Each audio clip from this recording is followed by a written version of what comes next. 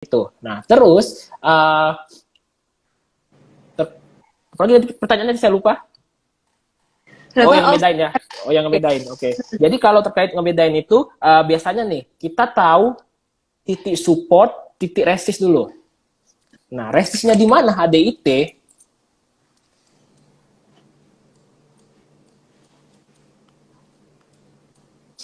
Ntar aku rapiin dulu gambarnya. Iya, boleh.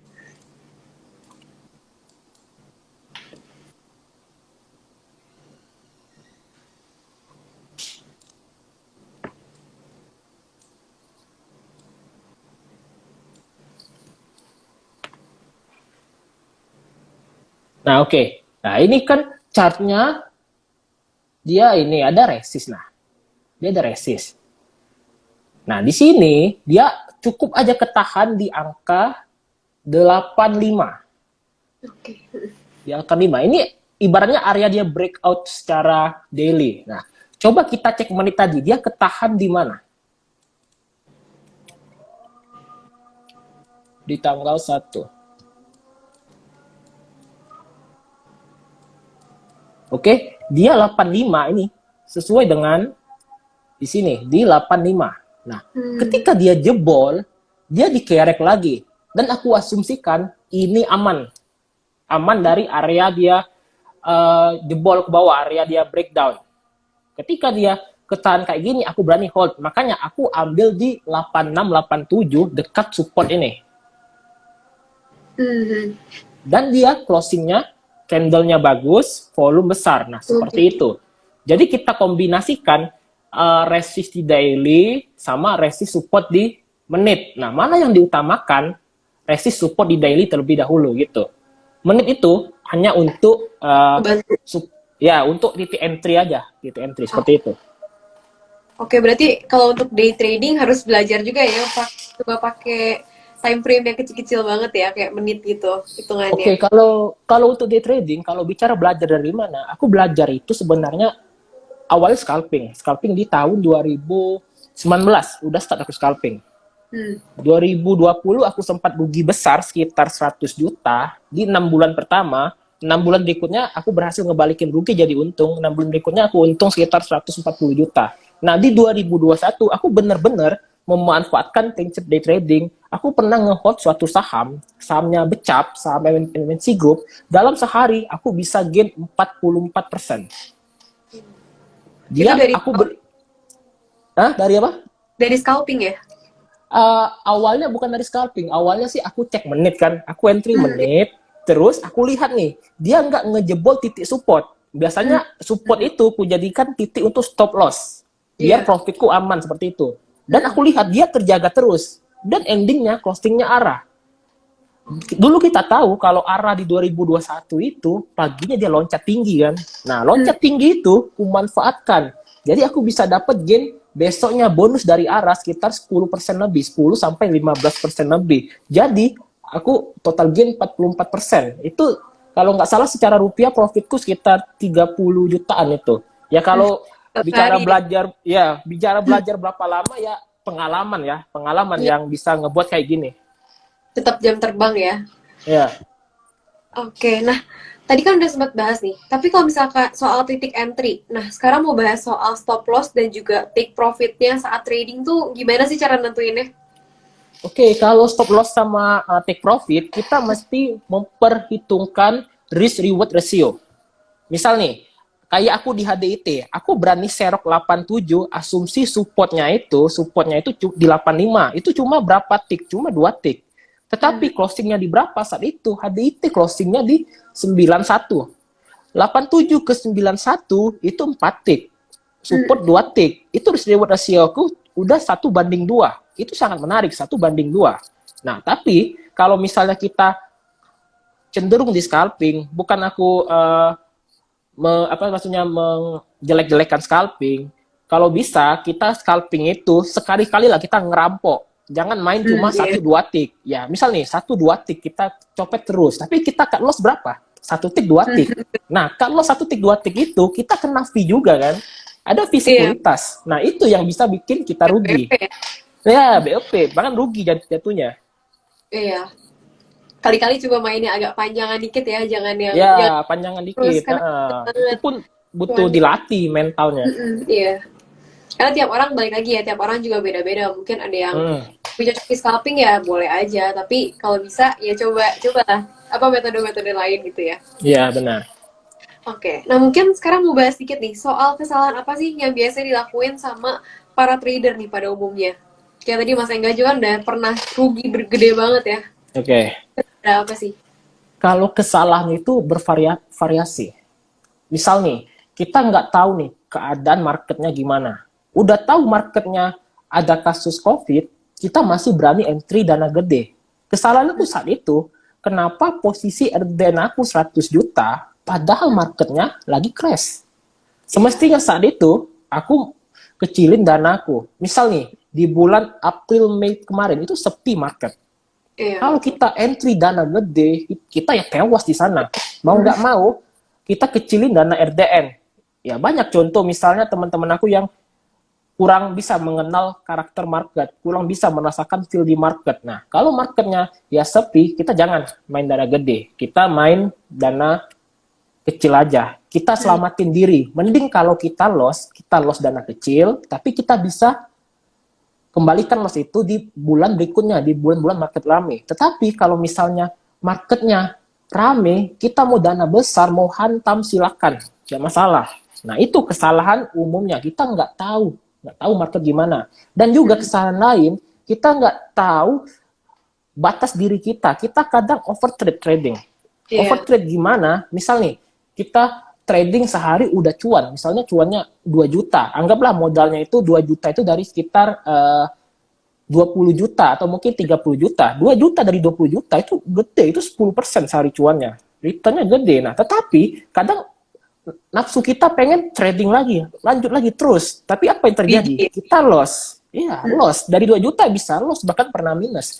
Aku pribadi pernah ngelakuin hal kayak gitu. Tetapi pelan-pelan kita perbaiki. Jangan dijadikan kebiasaan. Ingat, besok market masih buka. Betul. Kecuali weekend tanggal merah, seperti itu. Tapi kalau weekend juga kan hari biasa masih buka lagi ya, harus ditahan Iya. ya. Ya ini emang susah banget sih pertama-tama pasti, tapi ya harus ditahan karena kalau terlalu Benar. greedy juga ya akhirnya malah jadi nggak cuan kalau di market tuh ya.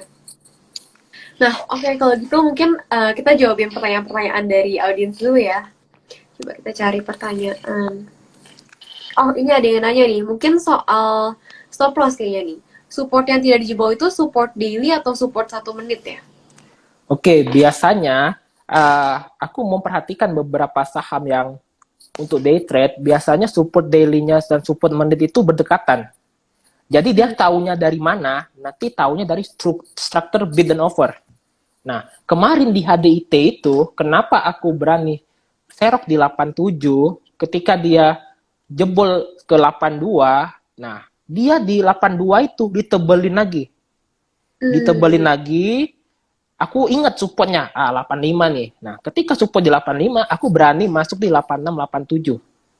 Aku masuk. Sebelumnya aku punya barang di 90, tapi aku mainkan money management, istilahnya jangan sampai buy di satu harga, apalagi kondisinya bantingan seperti itu, pastinya kena mental kalau kita beli di satu harga. Nah, kita manfaatin money managementnya. Jadi kalau untuk pertanyaan support yang tidak dijebol itu support daily atau support 1 menit, aku tambahkan jawabannya, kita kombinasikan lagi dengan structure bid offer. Umumnya, di titik support daily dan support 1 menit itu berdekatan. Misalnya di daily-nya 85. Kadang di menitnya di 86, 87. Nah, kita letak aja di support di daily-nya 85. Tentunya nanti biasanya di 85 itu pasti ada bid offer yang ngejaga gitu. Oke, semoga menjawab ya. Sorry, kepencet. Nah, ini next ada yang nanya lagi nih. Mungkin tadi soal yang pertama ya dibahasnya. Gimana sih sekarang ini gimana saham energi dan juga saham batu bara? Mungkin boleh dibahas lagi nih karena ini lebih spesifik ya nanya ke batu bara. Oke, kalau untuk bicara view saham batu bara, energi, aku rasa akhir tahun ini masih terjadi kenaikan. Kenapa? Biasanya di Eropa sana itu kan udah mulai musim dingin.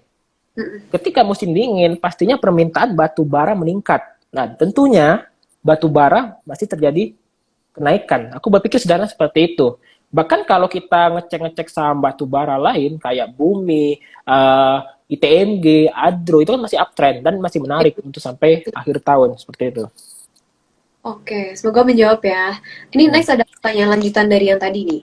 Kak, gimana cara tahu supportnya bakal dijebol kalau lihat berdasarkan bid offer? Oke, kalau support tahu gimana dijebol, misal nih kita asumsikan bidnya itu tebel nih, misal nih support terkuat di 85, bidnya itu sekitar 30.000. Di 86, bidnya itu sekitar belasan sampai 20.000. Nah, logikanya dia yang tadi chartnya itu stabil di 90-an, tiba-tiba turun ke 86. 86 itu dengan bid 20.000 itu dijebol, kira-kira daya seller kuat nggak?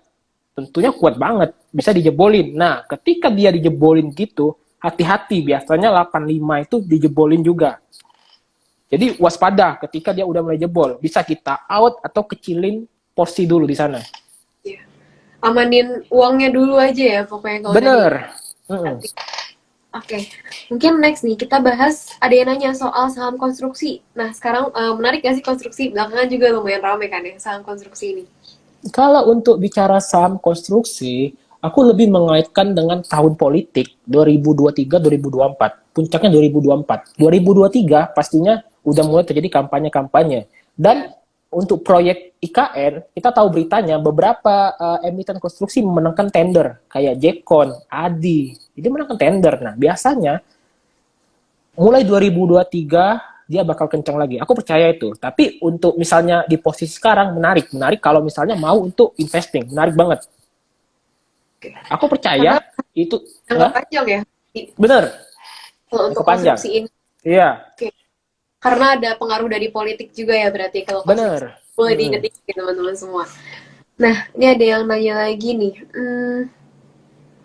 Oh, ini mungkin soal lebih teknisnya nih. Kang, kalau untuk day trade dikombinasi dengan indikator apa aja biasanya? Kalau aku pribadi day trade cuma ya naked chart, cuma chart Hmm. chart tok, nggak ada saya aku Ya, pakai misalnya MA, MACD, nggak ada dia pakai kayak gitu. Aku lebih pakai support dan resist saja. Support dan resist saja aku simple. pakai. Simple aja. Volume juga ya. Yang penting Hmm. tuh volume. Volume dan bid offer tentunya. Oke. Nah, tadi juga ada yang nanya nih, tapi kayaknya agak tenggelam komennya. Kalau untuk cari saham, pokoknya intinya untuk screening saham yang untuk day trading itu bisa nggak sih lihat dari top gainer hari itu? Atau bagusnya gimana sih? Oke, kalau untuk screening kita boleh pakai top gainer. Misal nih, market hari ini close apa? Kita lihat nih, posisi chartnya di mana, misal lagi uptrend, volumenya gimana. Kalau misalnya terjadi volume yang ledakan, boleh kita watching to besok. Itu kalau misalnya untuk screening di malam ini. Tetapi kalau misalnya anggaplah kita nggak screening, besok pagi kita mantaunya dari top gainer di hari tersebut sama di running trade. Paling mantaunya kayak gitu. Oke. Mungkin nih next lagi. Mungkin terakhir nih, kita ngomongin soal money management. Nah, ini pertanyaannya. Kasih contoh dong Kak, cara atur money management yang bagus. Oke, money management ini aku kategorikan dari yang paling dasar dulu gimana caranya memoney management RDN. Hmm. Misal nih, teman-teman anggaplah dengan pengalaman di bursa baru sebulan 2 bulan. Kita bedain dulu mana dana untuk trading, mana untuk dana kebutuhan lainnya kayak kebutuhan keluarga, kebutuhan anak, kebutuhan istri. Ya, kita bedain dulu itu. Biasanya enaknya tuh kalau misalnya baru-baru dana RDN tuh kecil-kecil aja. Misal mungkin dana-dana yang nganggur yang siap hilang. Iya. Tentunya menurut aku di range under 10 juta itu udah bagus itu untuk baru-baru pemula gitu. Bahkan makin kecil makin bagus. Aku Uang cuma belajar. bilang ke teman-teman, iya uang belajar. Karena 1 tahun pertama itu pasti loss. Betul. Pasti loss. Kecuali ketemu market kayak 2020 bullish. Selebihnya pasti loss. Nah itu money management pertama dulu terkait RDN. Kadang kita nih beranggapan kita di market langsung mikir langsung untung, nggak kayak gitu kok di bursa. Bursa pasti akan mengajari kita terkait kekalahan, kerugian Ya. itu. Nah, terus kalau untuk entry gimana? Entry, misal nih, tergantung dulu kita belinya metodenya gimana. Metodenya buy on weakness, beli di support, atau beli sebelum breakout, atau beli setelah breakout. Nah, Enaknya gimana? Kita bagi dulu. Misalnya teman-teman memakai metode buy on weakness, beli on support. Berarti porsi agak besar pas di support. Anggaplah misalnya kita masuk sekitar 50% dana dibeli di on weakness. Tetapi, setelahnya kita mau all in, anggaplah, kita bisa tambah ketika dia mau breakout atau sesudah breakout. Nah, perbedaannya apa sebelum breakout sama setelah breakout? Misal nih, kita udah yakin nih secara bid offer, ini nanti breakout. Misalnya angka breakoutnya itu 140. Kita udah mengambil konsep beli sebelum breakout di 137, 138. Kalau misalnya gagal breakout, kita bisa BOP. Tetapi kalau kita beli secara breakout, mau nggak mau kita cut loss. Itu perbedaannya. Jadi bisa diatur tentang pembagian dananya. Itu contohnya, contoh sederhananya gitu. Oke, berarti penting banget ya untuk punya kira-kira uangnya tuh mana sih yang pertama-tama tuh harus sediain dulu dana untuk yang emang udah rela kalau misalkan hilang juga ya, karena pasti kalau udah terjun ke dunia saham tuh pasti akan ada uang belajar juga sih, karena kerugian tuh ya nggak bisa dihindari kalau misalkan di market. Susah lah. Oke, mungkin last question banget nih terakhir. Mungkin dikasih ini aja kali ya. Kak, tips dong. Belum kepencet. Ya. Kak, tips dong untuk day trader untuk pemula itu gimana ya? Sekalian untuk menutup live kita hari ini nih. Oke, untuk tips pastinya teman-teman perlu trial dan error berkali-kali, bahkan bertahun-tahun. Gak mungkin teman-teman hanya dalam waktu sebulan, 2 bulan, 3 bulan, teman-teman langsung jago. Enggak. Yeah.